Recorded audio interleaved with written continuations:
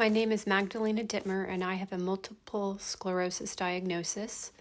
I am making this channel to document what I'm learning and what I'm trying to try to heal myself, in the hopes that it may help other people either avoid the mistakes I make or try the things that I've tried that have helped me. So I hope this helps somebody out there. Thank you for watching. Parasites. I am no expert. I am no expert on this, on all the different kinds of parasites and what they do, and I'm really not. But I worked with someone named Pam Bartha. She's located in Canada, and I worked with her and did her Live Disease-Free program. And she supposedly has MS, and she treats all these people and believes that MS is caused by a parasitic infestation, basically, of your nervous system.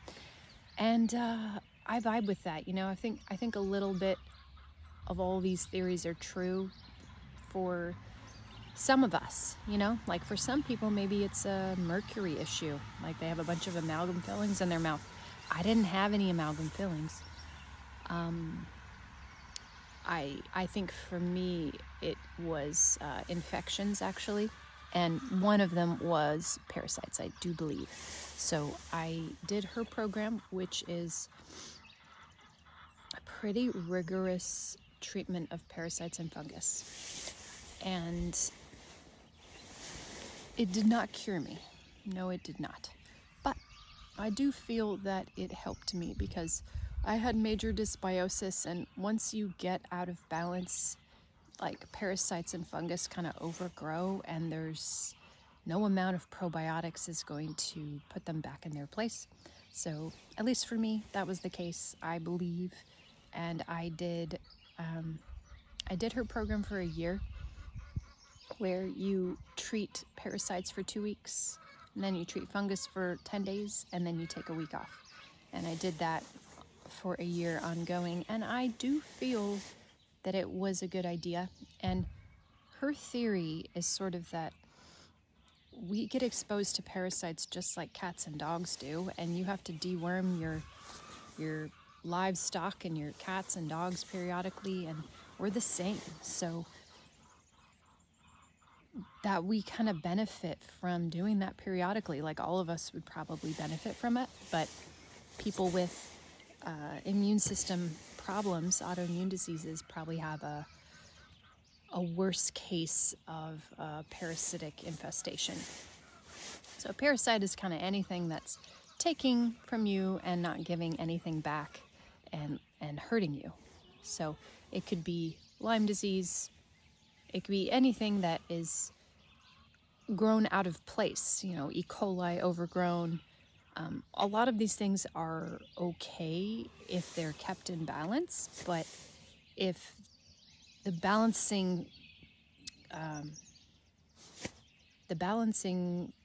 critter, you know, bacteria, is missing because maybe you abused antibiotics or something at some point, then that parasite can get out of whack. And another philosophy that I vibe with is that all of these microbes are in us doing a certain job, and when the environment changes, their job might change. So when it's time for us to die, let's say, they will rise up and digest your body and break it back down into earth. So it's not necessarily the microbe, but it's the circumstance that they are in. So it's a complex thing. It's not just about like, oh, go in and kill all the parasites. Like, I need to fix the terrain. I need to fix the situation. But sometimes when, you know, that negative feedback loop I was talking about in a previous video, once, let's say, the situation has been messed up for long enough and you've got this overgrowth of this parasite, well, you can't just fix the situation and the parasite will necessarily go away. Maybe for some people that works out, but for me it didn't really work out. So it's like I've had to kill off some of those parasites to put them back in their place, and then fix the situation that caused them to be there in the first place, bring back the good guys. So it's very complex, and I think that's why it's not an easy fix. It's not like, oh, just do this one thing and you'll get better. You have to really understand how it all works. So I did treat parasites and fungus for a year, and I think that was a good thing. Did it fix all my problems? Absolutely not. But the first time I did a round of albendazole, I swear, I was like, I feel like that killed there was probably like a worm living in my small intestine that I woke up in the night and just had this vision of something dying in there in a good way, like something needed to go. And so overall, I'm glad I did it, and I intend to maybe sprinkle in some treatments every couple of years to just keep those pathogens in check, since I kind of have a weakness in that area. But ultimately, a healthy functioning immune system and a balanced microbiome should keep it in check for me, but I don't have that. So anyhow, I appreciated Pam's program. It didn't work for me in a lot of ways, and there were some holes in her program that,